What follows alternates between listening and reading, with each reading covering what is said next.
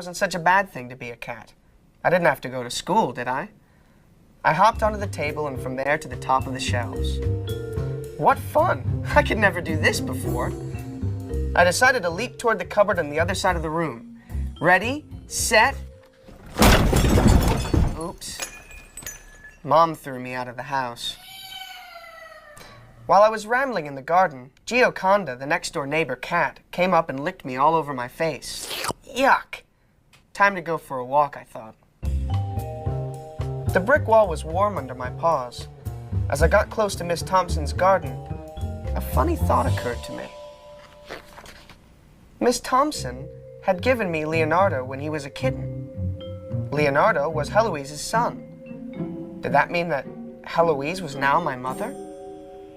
Meow, meow. Hello, Mom, I called tentatively.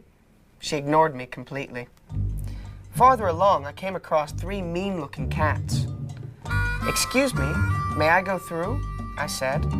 No, go away, it's our wall, replied one.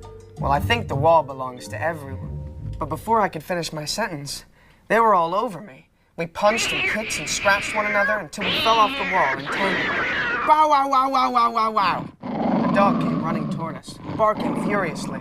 The cats ran away in all directions. It was Bernard, Mr. Stone's dog. He's a sweet dog, my favorite in the neighborhood. Thanks, Bernard. You came just in time. But he chased me out of the garden. Of course, he couldn't recognize me. So this was the world that Leonardo lived in. Life was as tough and complicated as it was for humans.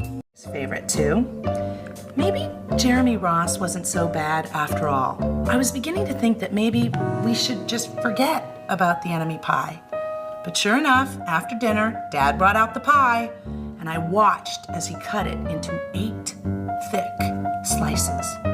Dad, I said, it sure is nice to have a new friend in the neighborhood. I was trying to get his attention and trying to tell him that Jeremy Ross was no longer my enemy, but Dad only smiled and nodded. I think he thought I was just pretending. Dad dished up 3 plates side by side with big pieces of pie and giant scoops of ice cream. And he passed one to me and one to Jeremy. Wow, Jeremy said, looking at the pie. My dad never makes pie like this.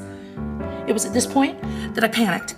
I didn't want Jeremy to eat enemy pie. He was my friend. I couldn't let him eat it. Jeremy, don't eat it. It's bad pie. I think it's poisonous or something.